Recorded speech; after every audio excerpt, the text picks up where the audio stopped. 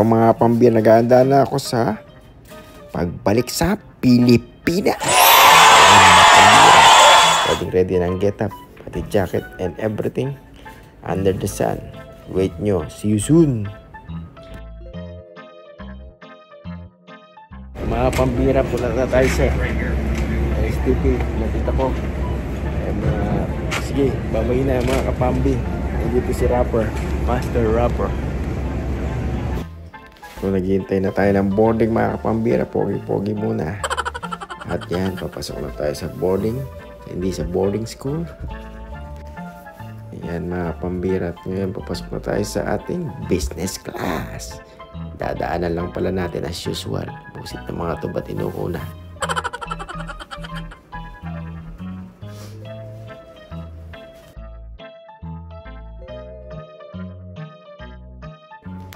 Itong mga pagkain natin mga kapambira. Siyempre relax lang sa aeroplano. At yan pinaglaruan na naman natin ang mga kaganapan sa banyo. Ayan, naalala nyo ba to? Ang lakas kaya na ito. Pambira. Ngayon maglaro si pambira. Napakalakas. First time natin gamitin ating US passport. Tayo citizen na. At ngayon malapit na tayo mag-land sa Taiwan. Ayan, Taiwan tayo. Sumakit dyan ko mga pambira. Hihintay ang maraming Pilipino rin. 2 hours na lang biyahe. From 16 hours to 2 hours na lang. Yan, nagutom mo dito ang mga pambirang pabaon ni TV para makatipid. So si Kuya, ano kasi pangalan mo Kuya? Cesar. Cesar, yan. Isang veterano sa Amerika. Yan, pabaka-bakasyon na dahil marami ng pensyon. Kain kami, mabait si Kuya. Kain kami dito. Hintay kami, minamadali yung yung kape Kuya. Oo nga eh. Gusto magkape ka? Hindi pa natatapos kainan eh, kape. Nag-enjoyin kami, nagkakwentuhan dito ni Kuya. Arrive na dito sa bagong airport. Arrival na, touchdown, Pilipinas. Gagawa na naman ng mga kalakuhan, kapambira. Ito sa bagong airport pala ng Clark. Wow! Pambi.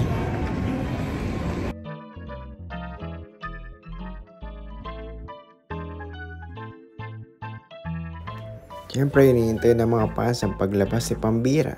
At eto na nga, si Pambira.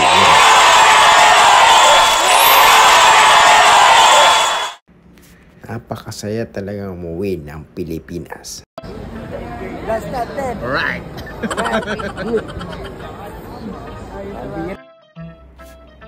At yan, gagawa na naman pelikula si Parehas. At syempre, kakain agad si Pambira. Dito tayo sa Fortune. Malibago. Napakasarap. Paborito at na-miss. Wow! Diba? Wow!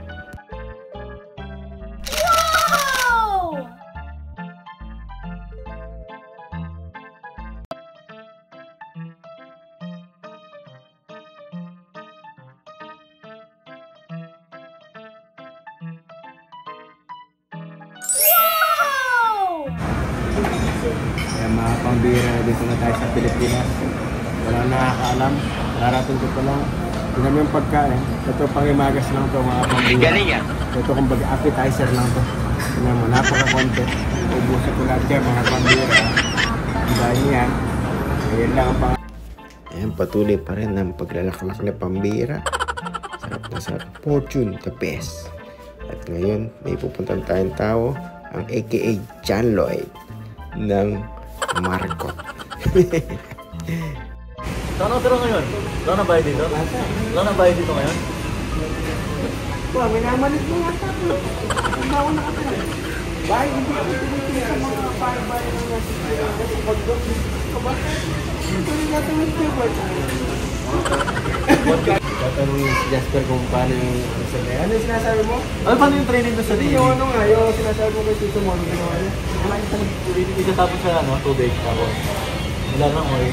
Then, if you cannot swim, di ba rin mapapasahan? Simple pa yung panahon ngayon. Yun noon, yung kay Uncle Tito. Yung Tito Uncle yung ano ni Jasper sa Navy, retired Navy. Ngayon mas mahirap. Ano ba yun? Nakadali yung kamay sa likod. Tapos pag 5 to 30 minutes ka sa ilalim ng dagat, di kayo na. Pag 20 minutes mo nga. Naka-blindfold pa. Buhay ka ba? Ganun talaga. Military ka ba? Walang ganun. Yung walang 30 minutes. 5 to 30 minutes. Depende yun. Pwede ka namatay ng 5 minutes. Okay ka pa. Ganun yung training. Lloyd, na-miss mo ba si Pambira? Ako naman siya mamabira. Wala na nga maka-high blood dito. Dapat di mamambira to, yung mga high blood. Kapatid ko yan sa basketball, may yung ulo. Ako na yung nangawat. Ako na yung nangawat nun. Kayo mo panay ko, balik na daw sa sitwasyon. Ginagawa lang kita. Eh buti, wala pang nakakaano sa'yo. Yung trademark. Ano pa rin dyan, Lloyd? Ingat. Ano po? Hindi kaya si Empoy yun. Thank you for the service. Bye-bye.